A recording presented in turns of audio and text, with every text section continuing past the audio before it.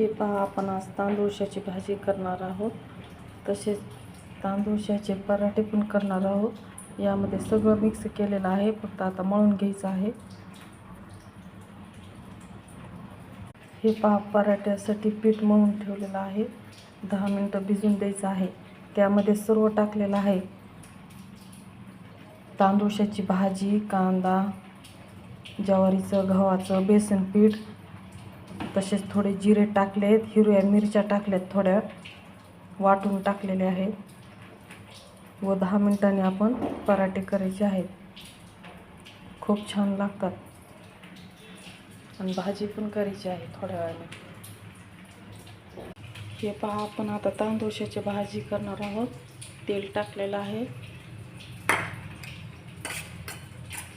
तसेच लसणाची पेस्ट, लसूण हिरवी मिरचीची पेस्ट,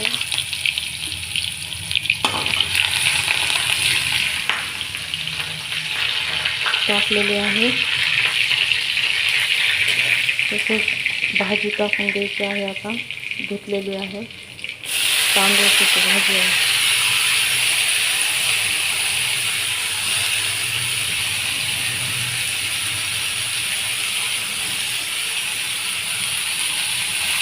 ज्वारीच्या भाकरीबरोबर खूप छान लागत आहे.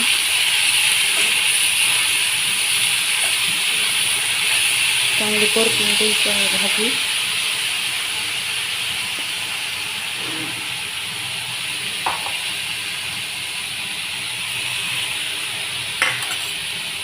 थोडं मीठ टाकायचं आहे आणि थोडी वाफवून द्यायची आहे भाजी. ही पहा, तांदूळशाची भाजी झालेली आहे. तसेच आता लगेच पराठे करणार आहोत आपण. पीठ भिजलेलं आहे छान. पराठा झालेला आहे तयार.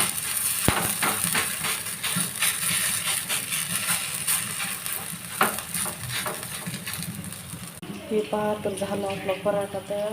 किती छान झालेला आहे.